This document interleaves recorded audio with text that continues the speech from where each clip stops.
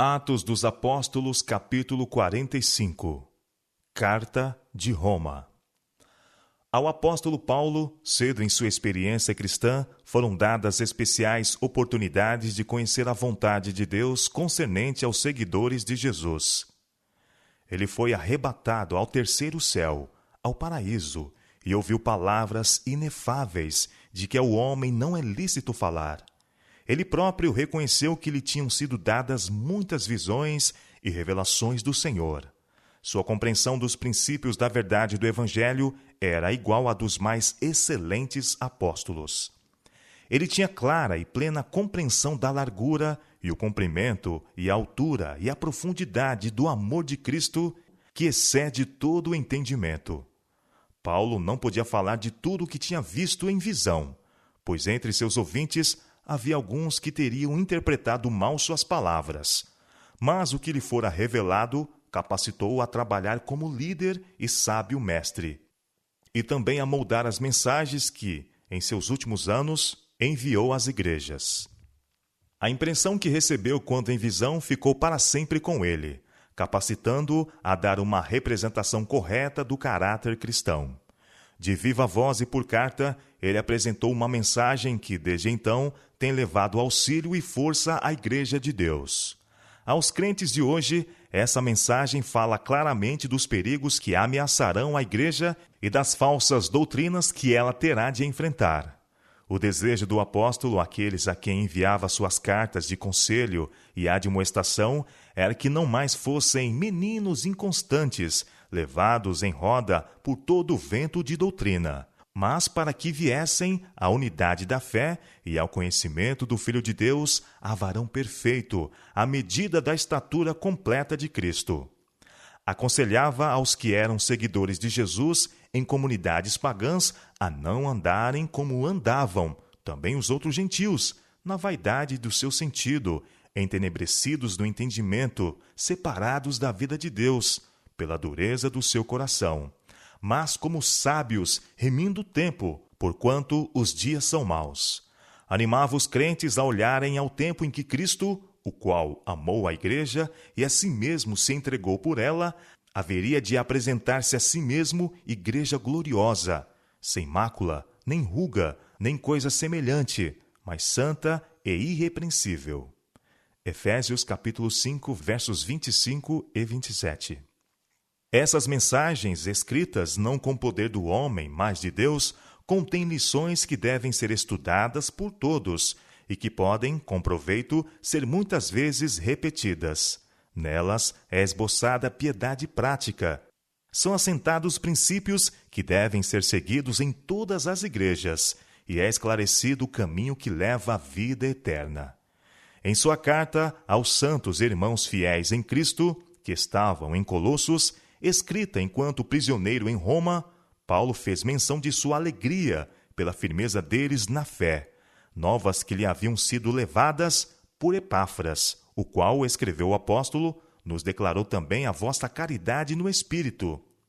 Por essa razão, continuou, nós também, desde o dia em que o ouvimos, não cessamos de orar por vós e de pedir que sejais cheios do conhecimento de sua vontade em toda a sabedoria e inteligência espiritual, para que possais andar dignamente do Senhor, agradando-lhe em tudo, frutificando em toda boa obra e crescendo no conhecimento de Deus, corroborados em toda a fortaleza, segundo a força da sua glória, em toda paciência e longanimidade com gozo. Colossenses capítulo 1, versos 2 a 11. Assim Paulo exprimiu em palavras seu desejo para com os crentes colossenses. Quão elevado é o ideal que essas palavras apresentam ao seguidor de Cristo! Elas mostram as maravilhosas possibilidades da vida cristã e tornam claro que não há limite para as bênçãos que os filhos de Deus podem receber. Crescendo constantemente no conhecimento de Deus, podem eles ir de força em força, de altura em altura na experiência cristã, até que pela força da sua glória sejam feitos idôneos para participar da herança dos santos na luz. Colossenses capítulo 1, verso 12. O apóstolo exaltou a Cristo perante seus irmãos como aquele por quem Deus criara todas as coisas e por quem tinha promovido a redenção. Ele declarou que a mão que sustém os mundos no espaço e mantém na ordem perfeita e incansável atividade todas as coisas através do universo de Deus é a mão que foi pregada na cruz por eles. Nele foram criadas todas as coisas que há nos céus e na terra, escreveu Paulo, visíveis e invisíveis, sejam tronos, sejam dominações, sejam principados, sejam potestades, tudo foi criado por ele e para ele. Ele é antes de todas as coisas, e todas as coisas subsistem por ele. Colossenses capítulo 1, versos 16 e 17.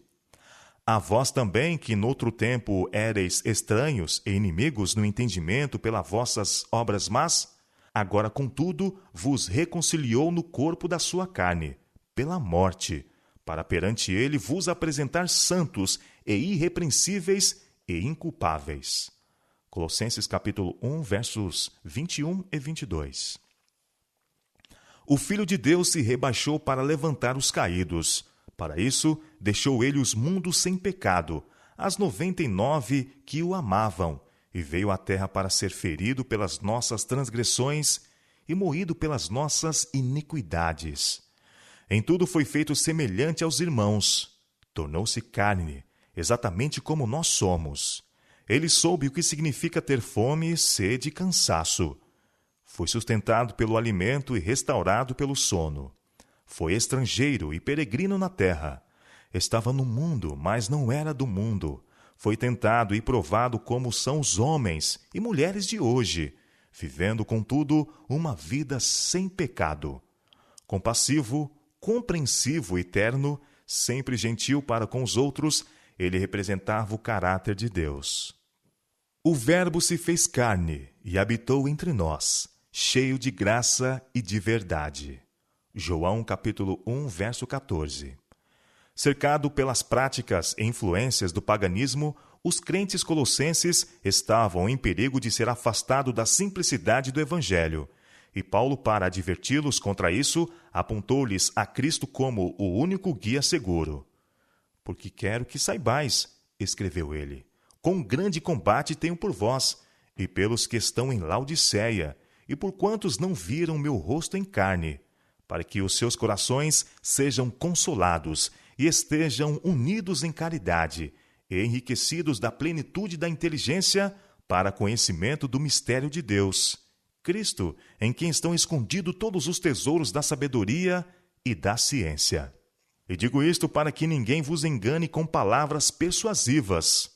Como, pois, recebestes o Senhor Jesus Cristo, assim também andai nele, arraigados e edificados nele e confirmados na fé, assim como fostes ensinados, crescendo em ação de graças, tendo cuidado para que ninguém vos faça presa sua, por meio de filosofias e vãs sutilezas, segundo a tradição dos homens, segundo os rudimentos do mundo e não segundo Cristo, porque nele habita corporalmente toda a plenitude da divindade, e estáis perfeitos nele, que é a cabeça de todo o principado e potestade.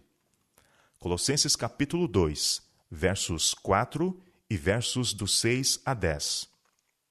Cristo predisse que se levantariam enganadores, por cuja influência faria transbordar a iniquidade e esfriaria o amor de muitos.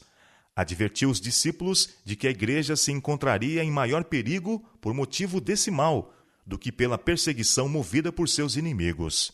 Vezes e mais vezes, Paulo advertiu os crentes contra esses falsos ensinadores. Contra esse perigo, acima de qualquer outro, deviam eles precaver-se, pois que, recebendo falsos ensinadores, abririam a porta aos erros mediante o que o inimigo turbaria as percepções espirituais e abalaria a confiança dos recém-conversos à fé do Evangelho. Cristo era a norma pela qual deviam eles testar as doutrinas apresentadas. Tudo que não estivesse em harmonia com seus ensinos devia ser rejeitado. Cristo crucificado pelo pecado, Cristo ressurgido dos mortos, Cristo assunto ao céu. Essa era a ciência da salvação que eles deviam aprender e ensinar. As advertências da palavra de Deus com respeito aos perigos que rodeiam a igreja cristã pertencem a nós hoje. Como nos dias dos apóstolos, os homens procuravam destruir a fé nas Escrituras pelas tradições e filosofias. Assim, hoje, pelos aprazíveis sentimentos da alta crítica, evolução, espiritismo, teosofia e panteísmo, o inimigo da justiça está procurando levar as pessoas para caminhos proibidos. Para muitos, a Bíblia é uma lâmpada sem óleo, porque voltaram a mente para canais de crenças especulativas que produzem má compreensão e confusão. A obra da alta crítica, em dissecar, conjecturar e reconstruir, está destruindo a fé na Bíblia como uma revelação divina.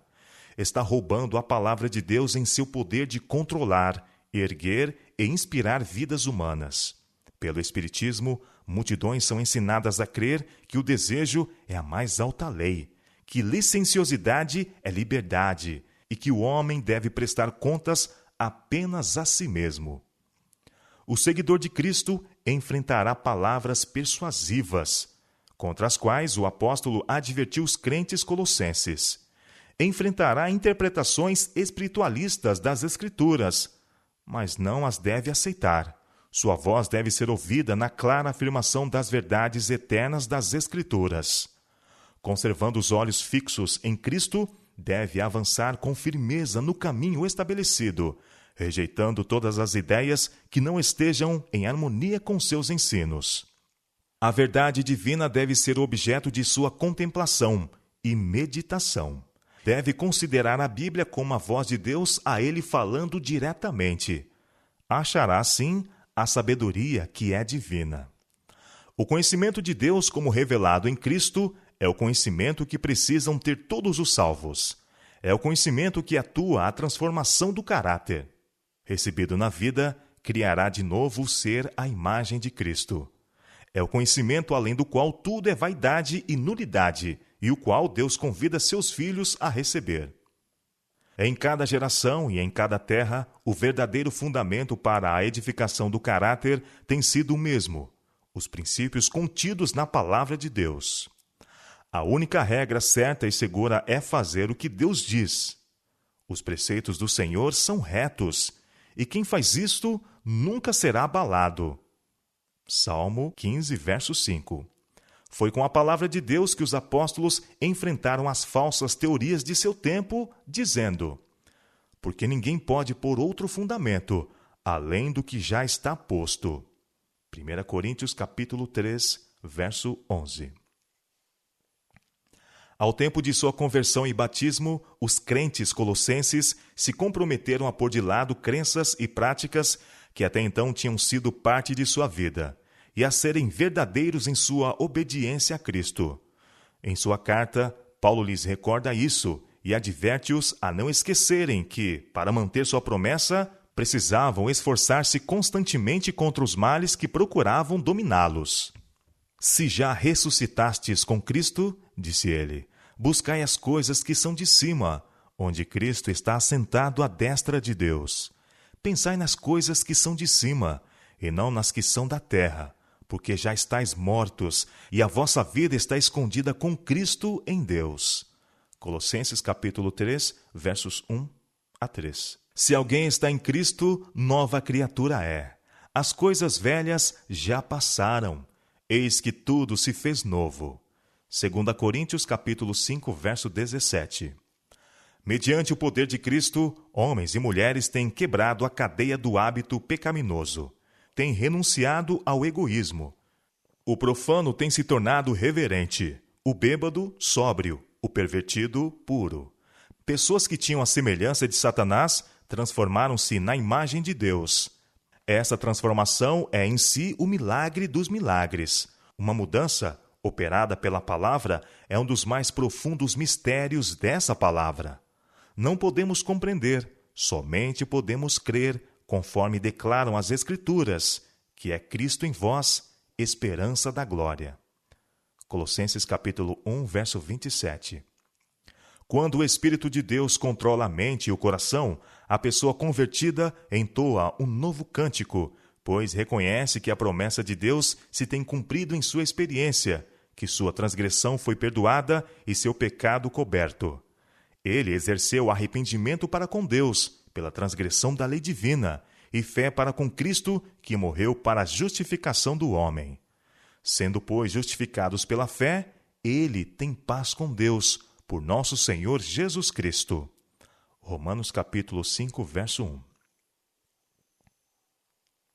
Mas, porque essa é sua experiência, o cristão não deve cruzar os braços, satisfeito com o que já conseguiu. Aquele que tem determinado entrar no reino espiritual verificará que todos os poderes e paixões da natureza não regenerada, apoiados pelas forças do reino das trevas, estão arregimentados contra ele. Ele precisa renovar a sua consagração cada dia, e cada dia batalhar contra o mal. Velhos hábitos, tendências hereditárias para o erro, lutarão para manter a supremacia, e contra isso deve ele estar sempre em guarda, lutando na força de Cristo pela vitória. Mortificai, pois, os vossos membros que estão sobre a terra, escreve Paulo aos Colossenses, nas quais também em outro tempo andastes, quando viveis nelas.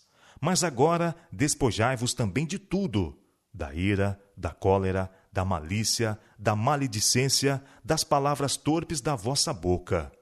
Resisti-vos, pois, como eleitos de Deus, santos e amados, de entranhas de misericórdias, de benignidade, humildade, mansidão, longanimidade, suportando-vos uns aos outros, perdoando-vos uns aos outros, se alguém tiver queixa contra outro. Assim como Cristo vos perdoou, assim fazei vós também. E sobre tudo isto, revesti-vos de caridade, que é o vínculo da perfeição. E a paz de Deus, para a qual também fostes chamados em um corpo, domine em vossos corações, e sede agradecidos. Colossenses capítulo 3, versos do 5 ao 17. A carta aos Colossenses está repleta de lições do mais alto valor a todos quantos estão empenhados no serviço de Cristo. Lições que mostram a singeleza de propósito e as altas aspirações que serão vistas na vida daquele que, de maneira reta, representa o Salvador. Renunciando a tudo o que poderia impedi-lo de progredir em direção ao alto, ou levá-lo a desviar os pés de alguém do caminho estreito, o crente revelará em sua vida diária misericórdia, bondade, humildade, mansidão, longanimidade e o amor de Cristo. O poder de uma vida mais alta, mais pura e mais nobre é nossa grande necessidade. O mundo tem ocupado demais os nossos pensamentos e o reino de Deus bem pouco. Em seus esforços para alcançar o ideal de Deus para si, o cristão não deve desesperar de coisa alguma. A perfeição moral e espiritual, mediante a graça e o poder de Cristo, é prometida a todos. Jesus é a fonte de poder, a origem da vida. Ele nos leva a sua palavra, e da árvore da vida nos apresenta as folhas para a saúde dos enfermos do pecado. Ele nos leva ao trono de Deus e põe em nossa boca uma oração pela qual somos levados a íntimo contato com Ele próprio. Em nosso benefício, põe em operação os instrumentos todo-poderosos do céu. Em cada passo, tocamos seu vivo poder. Deus não fixa limite para o progresso dos que desejam ser cheios do conhecimento da sua vontade em toda a sabedoria e inteligência espiritual. Mediante a oração, a vigilância, através do crescimento no conhecimento e na compreensão, eles devem ser corroborados em toda a fortaleza, segundo a força da sua glória. Assim são preparados para trabalhar por outros.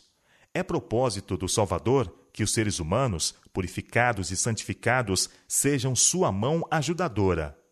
Sejamos gratos por esse grande privilégio, aquele que nos fez idôneos para participar da herança dos santos na luz, o qual nos tirou da potestade das trevas e nos transportou para o reino do Filho do seu amor. A carta de Paulo aos Filipenses, como a enviada aos Colossenses, foi escrita enquanto ele estava prisioneiro em Roma. A igreja de Filipos tinha enviado donativos a Paulo pela mão de Epafrodito, a quem Paulo chama meu irmão, cooperador e companheiro de lutas, e vosso mensageiro e vosso auxiliar nas minhas necessidades. Filipenses capítulo 2, verso 25.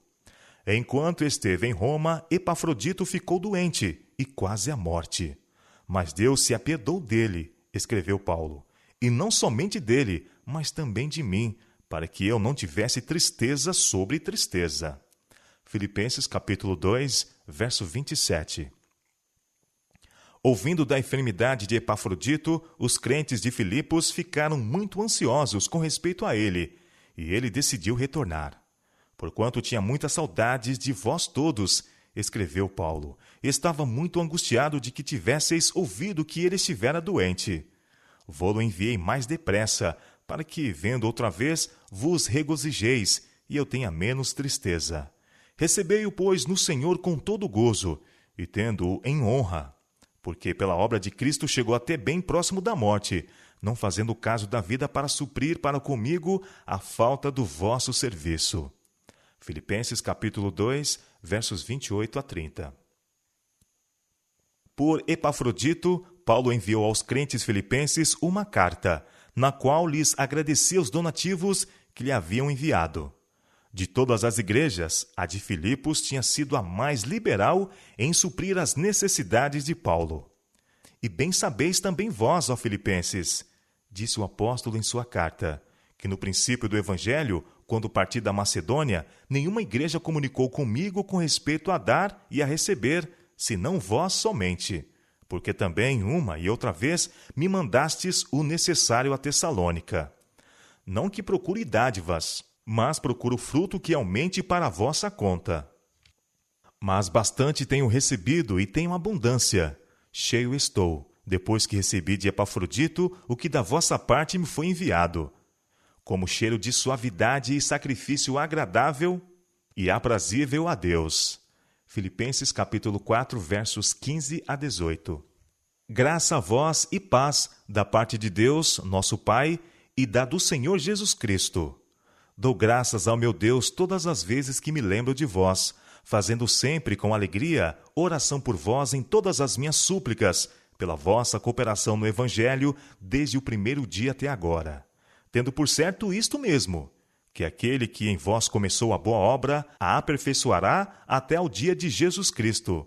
Como tenho por justo sentir isto de vós todos, porque vos retenho em meu coração, pois todos vós fostes participantes da minha graça, tanto nas minhas prisões como na minha defesa e confirmação do Evangelho, porque Deus me é testemunha das saudades que de todos vós tenho. E peço isto, que a vossa caridade aumente mais e mais em ciência e em todo conhecimento, para que aproveis as coisas excelentes, para que sejais sinceros e sem escândalo algum até o dia de Cristo, cheios de frutos de justiça, que são por Jesus Cristo, para a glória e louvor de Deus. Filipenses capítulo 1, versos 2 a 11. A graça de Deus subtinha Paulo em sua prisão, habilitando-o a regozijar-se na tribulação. Com fé e segurança, ele escreveu aos seus irmãos filipenses que sua prisão tinha redundado no progresso do Evangelho. Quero, irmãos, que saibais, escreveu, que as coisas que me aconteceram contribuíram para maior proveito do Evangelho, de maneira que as minhas prisões em Cristo foram manifestas por toda a guarda pretoriana e por todos os demais lugares.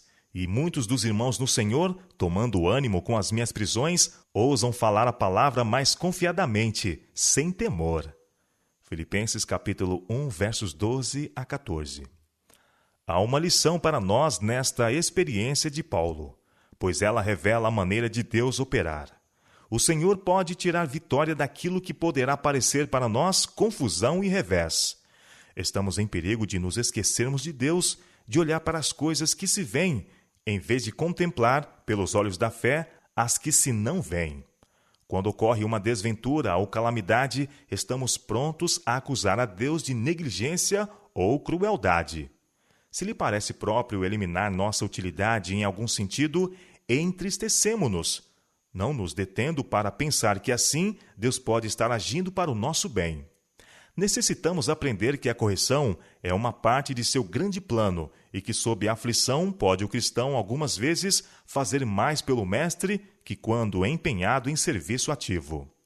Como exemplo, aos filipenses na fé cristã, Paulo chamou-lhes a atenção para Cristo, que, sendo em forma de Deus, não teve por usurpação ser igual a Deus, mas aniquilou-se a si mesmo, tomando a forma de servo, fazendo-se semelhante aos homens, e achado na forma de homem, humilhou-se a si mesmo, sendo obediente até a morte, e morte de cruz.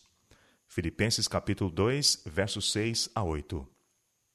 De sorte que, meus amados, continuou, assim como sempre obedecestes, não só na minha presença, mas muito mais agora na minha ausência, assim também operai a vossa salvação com temor e tremor, porque Deus é o que atua em vós, tanto o querer como o efetuar, segundo a sua boa vontade. Fazei todas as coisas sem murmurações, nem contendas, para que sejais irrepreensíveis e sinceros. Filhos de Deus, inculpáveis no meio de uma geração corrompida e perversa, entre a qual resplandeceis como astros no mundo, retendo a palavra da vida, para que no dia de Cristo possa gloriar-me de não ter corrido nem trabalhado em vão. Filipenses capítulo 2, versos 12 a 16.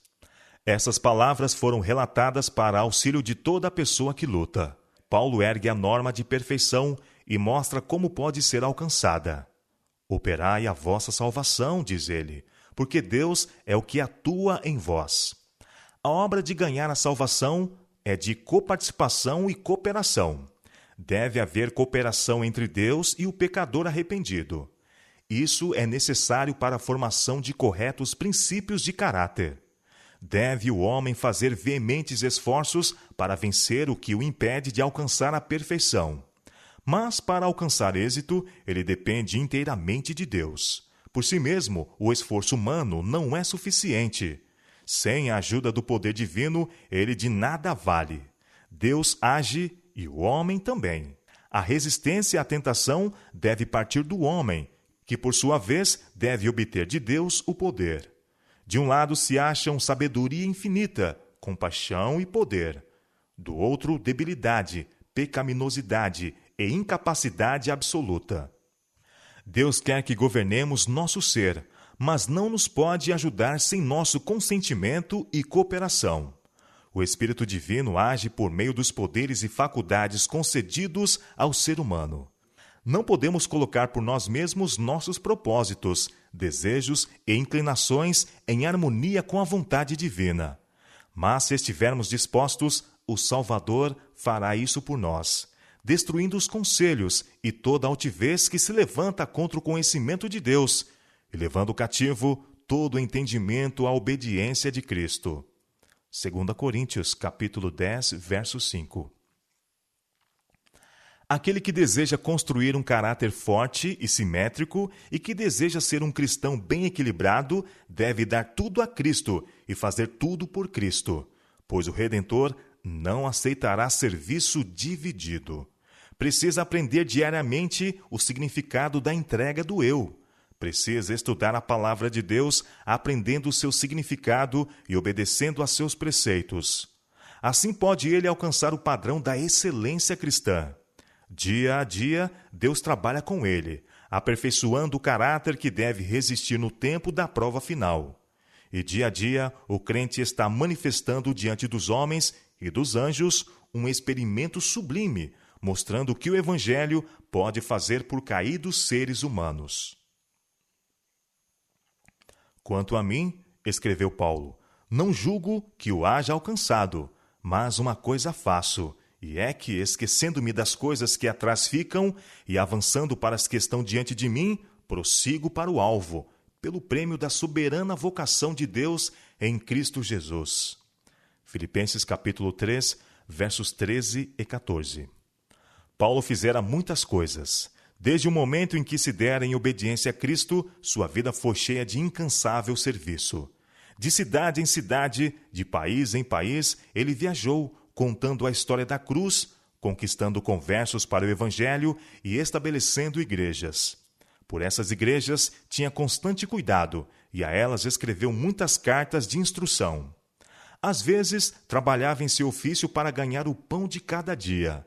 Mas em todas as cansativas atividades de sua vida, Paulo jamais perdeu de vista o grande propósito: caminhar para o alvo da sua soberana vocação. Um alvo mantinha ele firmemente diante de si: ser fiel àquele que, às portas de Damasco, se lhe revelara. Desse alvo, força alguma poderia desviá-lo. Exaltar a cruz do Calvário. Esse era o motivo dominante que lhe inspirava as palavras e os atos. O grande propósito que constrangia Paulo a prosseguir em face das durezas e dificuldades deveria levar cada obreiro cristão a consagrar-se inteiramente ao serviço de Deus. Atrações mundanas se apresentarão para afastar sua atenção do Salvador, mas ele deve prosseguir em direção ao alvo, mostrando ao mundo, aos anjos e aos homens que a esperança de ver a face de Deus compensa todos os esforços e sacrifícios que a concretização dessa esperança requer. Embora fosse um prisioneiro, Paulo não se desencorajava. Em vez disso, uma nota de triunfo vibra através das cartas que escreveu de Roma às igrejas. Regozijai-vos sempre no Senhor, escreveu aos Filipenses. Outra vez digo, regozijai-vos. Não estejais inquietos por coisa alguma. Antes, as vossas petições sejam em tudo conhecidas diante de Deus, pela oração e súplicas, com ação de graças. E a paz de Deus, que excede todo o entendimento, guardará os vossos corações e os vossos sentimentos em Cristo Jesus. Quanto ao mais, irmãos, tudo que é verdadeiro, tudo que é honesto, tudo que é justo, tudo que é puro, tudo que é amável, tudo que é de boa fama, se há alguma virtude e se há algum louvor, nisso pensai. O meu Deus, segundo as suas riquezas, suprirá todas as vossas necessidades em glória, por Cristo Jesus. A graça de nosso Senhor Jesus Cristo seja com vós todos. Filipenses capítulo 4, versos 4 a 9.